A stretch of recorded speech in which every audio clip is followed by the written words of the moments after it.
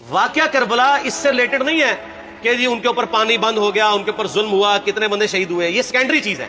اصل چیز ہے کربلا ہوئی کیوں نبی علیہ السلام کی محنت کو 50 سال کے اندر اس لیول تک پہنچا دیا گیا کہ ہزاروں صحابہ زندہ ہیں اور نبی صلی اللہ علیہ وآلہ وسلم کی پوری اولاد ذبح کر دی جاتی ہے.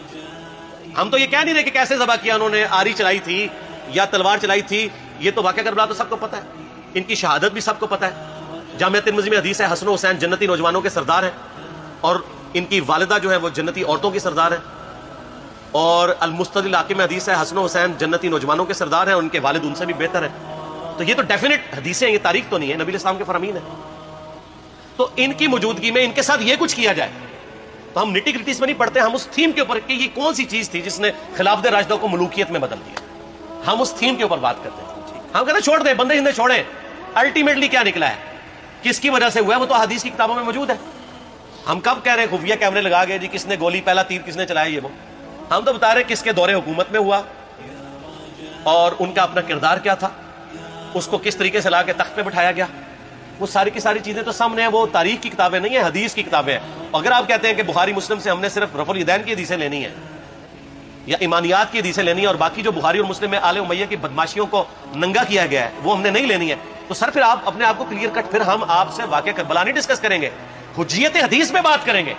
آپ کو اپنے آپ کو منکرین حدیث کہنا پڑے گا. یہ آپ اسکروٹنگ کیسے کریں گے؟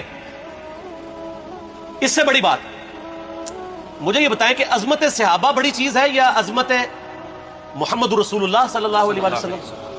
تو بریلوی یہی تو رونا رو رہے ہیں، وہ کہہ رہے ہیں کہ قرآن میں تھوڑی آیات ہیں. آپ پھر مڑ کے پڑھتے ہیں قل انما انا بشر مثلکم، اس میں تو نبی علیہ السلام کی تنقیص ہو رہی ہے. تو ہم ان کو کیا کہتے ہیں کہ تنقیص مقصد نہیں، نعوذ باللہ نہ ہو رہی ہے، آپ افضل البشر ہیں لیکن آپ کی اسپیشیز بشر ہے. یہ ہم اپنا عقیدہ سمجھتے ہیں، وہ اس کو تنقیص شمار کرتے ہیں. تو پھر اس وقت آپ بھی بریلویوں کی بات مان کے تو یہ آیات پڑھنا چھوڑ دیا کریں.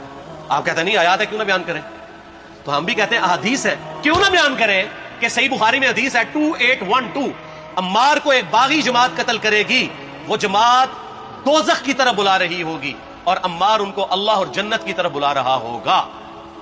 اب اس کے نرغے میں جو آتا ہے وہ آئے، میں اپنے نبی سے ٹکر لے لوں آپ لوگوں کے منہ کا خیال رکھتے ہوئے کہ میں نبی علیہ السلام کو کہوں کہ آپ نے کیوں ایسی بات کر دی کہ مولا علی کے مخالفین کو آپ نے دوزخ کی طرف بلانے والی جماعت کہہ دیا. تو لیں آپ ٹکر، جائیں سیدھا دوزخ میں اور تھوڑی جرت کریں آپ یہ کہا کریں کہ اے اللہ، اپنے لیے کہا کریں کہ اللہ تعالیٰ آپ کا حشر یزید اور یزید کے آباء و اجداد کے ساتھ کرے اور اس کی اولاد کے ساتھ. ہم کہتے ہیں کہ اللہ تعالیٰ ہمارا حشر جو ہے وہ مولا حسن حسین، مولا علی علیہ السلام اجمعین اور اہل بیت کے ساتھ کرے. آمین.